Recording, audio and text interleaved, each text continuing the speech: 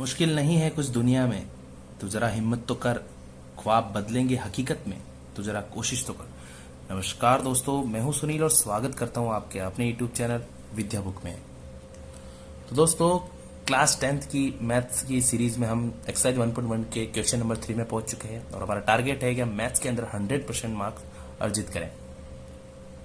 तो आप भी इस सीरीज में शामिल होना चाहते हो और अपने एग्जाम में अच्छे नंबर से पास होना चाहते हो तो दोस्तों जुड़ जाइए सीरीज में। चैनल पर नए हैं तो सब्सक्राइब कर दीजिए, लाइक कर दीजिएगा और शेयर कर दीजिएगा अपने दोस्तों को। तो अब बिना टाइम वेस्ट किए क्वेश्चन नंबर 3 की तरफ बढ़ते हैं। क्वेश्चन नंबर 3 हमारे सामने है, find the LCM and HCF of the following integers by applying the prime factorisation method. Question number 2 से भी ज्यादा इजी क्वेश्चन नंबर 3 है दोस्तों। इसके अंदर सिर्फ हमें एलसीएम और एचसीएफ फाइंड करना है और ये जो डिजिट्स दी इनको फाइंड करना है कि इनका एलसीएम और एचसीएफ क्या होगा और कौन से मेथड से, applying the prime factorisation method. तो और इसके अंदर हमें ये चेक नहीं करना है कि LCM into HCF equal to product of two numbers, वो फाइंड करना ही नहीं है, तो ये उससे भी इजी हो जाएगा दोस्तों। क्वेश्चन नंबर 1 से हम स्टार्ट करते हैं। वही फैक्टर करेंगे, 12 के फैक्टर, 15 के और 21 के, तीनों के फैक्टर कर देंगे। तो अगर हम 12 के फैक्टर करते हैं दोस्तों तो क्या होते हैं, 2 6 जा 12, 2 3 जा 6, 3 1 जा 3। क्या फैक्टर हुए, 2 इंटू 2 इंटू 3। ये 15 की करेंगे कितने होंगे दोस्तों, 3 5 जा 15 और 5 1 जा 5। लास्ट है 21, उसके फैक्टर करेंगे तो कितने होंगे, 3 7 जा 21 और 7 1 जा 7। ये फैक्टर हमको रफ में करने दोस्तों, हमें यहाँ पे सिर्फ इसके फैक्टर, प्राइम फैक्टर जो हुए हैं वो लिखने हैं सिर्फ। तो 15 के कितने हो जाएंगे, 3 इंटू 5, 21 के हो जाएंगे 3 इंटू 7। अब हमें इसका सिंपली एलसीएम और एचसीएफ फाइंड करना है। एलसीएम कैसे निकालते हैं, पिछली वीडियो में मैंने बताया था आपको। कॉमन देख लेना है और जो कॉमन नहीं है वो भी लेना है।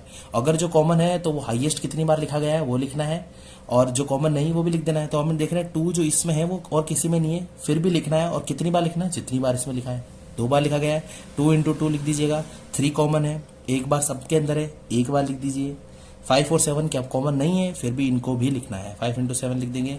अब इन सब का मल्टीप्लाई कर देंगे और हमारा आंसर आ जाएगा। 2 2 जा 4, 4 3 जा 12, 12 5 जा 60 और 16 7 जा कितने हो जाएंगे, 420 है ना। 2 2 जा 4, 4 3 जा 12, 12 5 जा 60 और 67 जा कितने होंगे, 42 होता है तो पीछे 0 लग जाएगा तो 420 हो जाएगा एलसीएम। एचसीएम फाइंड करेंगे हम। एचसीएम दोस्तों सिर्फ कॉमन लिया जाता है, यहाँ पे कॉमन हमारे पास 3 है ओनली, और जो कॉमन होता है वही एचसीएफ पे लिखते हैं, तो हमारा एचसीएफ सिर्फ 3 होगा और जो कॉमन नहीं है वो नहीं लिया जाता है हाईएस्ट कॉमन फैक्टर में। तो हमारा ये दोस्तों आंसर आ चुका है, एलसीएम तो होगा 420 और एचसीएफ होगा 3। है ना आसान दोस्तों। इस प्रकार से हम क्वेश्चन नंबर 2 को करेंगे। तो क्वेश्चन नंबर 2 को भी हम इसी प्रकार से करेंगे। 17 के फैक्टर करते हैं दोस्तों, तो आपको सिंपली पता है कि 17 एक प्राइम नंबर है तो 17 1 जा 70 होता है। और 23 का भी इसी प्रकार से होगा, 23 1 जा 23, क्योंकि और किसी का डिवाइड जाता ही नहीं है क्योंकि ये प्राइम नंबर है।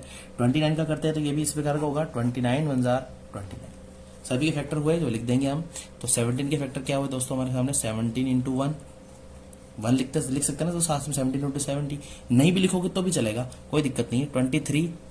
23 इंटू 1, 29 इंटू 1। अब हम इसका एलसीएम और एचसीएफ लिख सकते हैं। एलसीएम में कॉमन कुछ भी नहीं है, जो कॉमन नहीं होता वो भी लिखते हैं। तो 17 भी लिख देंगे, 23 भी लिख देंगे और 29 भी लिख देंगे। 1 लिखना चाहो तो 1 भी लिख सकते हो, कोई दिक्कत नहीं, क्योंकि इससे कोई फर्क नहीं पड़ता लिखे या ना लिखे। लेकिन एचसीएफ में दोस्तों, एचसीएफ हमें एक ही प्राप्त होने वाला है, इसलिए मैंने एक लिखा है। कहने का मतलब अगर हमें इनको नहीं लिखता, इन तीनों को 1 को, तो हमें दिख रहा है कि कॉमन कुछ भी नहीं है, तो जिसका कॉमन कुछ नहीं होता उसका एचसीएफ ऑटोमेटिकली क्या होता है दोस्तों, 1 ही होता है। ठीक है, जिसका इनमें कोई भी कॉमन नहीं हुआ, क्योंकि आपको एचसीएफ क्या लिखा जाता है, जो कॉमन होता है वही लिखते हैं। कॉमन कुछ भी नहीं है तो इनका कॉमन क्या क्या मान सकते हैं अपन, 1 तो मान ही सकते हैं ना, क्योंकि सब 1 से डिविजिबल तो है ही है। तो एचसीएफ क्या हो जाएगा दोस्तों, 1 हो जाएगा। एलसीएम इन सभी का क्या हो जाएगा, मल्टीप्लीकेशन। तो अगर हम 17, 23 और 29 को मल्टीप्लाई करते हैं तो हमारा आंसर आ जाएगा 11,339। मल्टीप्लाई में टाइम नहीं वेस्ट करते हुए डायरेक्ट मैं आंसर लिख देता हूँ, आप चेक कर सकते हैं मल्टीप्लाई करके। तो ये हो जाएगा दोस्तों हमारा आंसर, मतलब एलसीएम हो जाएगा ये और एचसीएफ हो जाएगा 1। बढ़ते हैं क्वेश्चन नंबर 3 की तरफ। तो क्वेश्चन नंबर 3 हमारे सामने, यहाँ 8 9 और 25 है, इनके भी हम फैक्टर करेंगे। 8 के फैक्टर क्या होते हैं दोस्तों, 2 4 जा 8, 2 2 जा 4, 2 1 जा 2। 9 की क्या होते हैं दोस्तों, 3 3 जा 9 यानी 3 1 जा 3। और 25 की क्या होते हैं दोस्तों, 5 5 जा 25, 5 इंटू 5 और 5 1 जा 5। तो 8 के फैक्टर वो है हमारे सामने 2 इंटू 2 इंटू 2। 9 के फैक्टर हुए 3 इंटू 3। 25 के फैक्टर हुए दोस्तों 5 इंटू 5। अब हमारा एलसीएम जो होगा वो क्या हो जाएगा, जो कॉमन नहीं है वो भी लिखना पड़ता है सारा। तो 2 को 3 बार लिख करके आप चाहो तो 2 की पावर 3 भी लिख सकते हो, इंटू 3 इंटू 3 इंटू 5 इंटू 5। लेकिन मेन उद्देश्य हमें एलसीएम निकालना है, तो इन सबको मल्टीप्लाई करना है। 2 2 जा 4, 4 2 जा 8, 8 3 जा 24, और 24 को फिर 3 से मल्टीप्लाई करेंगे। 3 4 जा 12, 12 का 2, कैरी का 1, 2 2 जा 3 2 जा 6 और 1 72।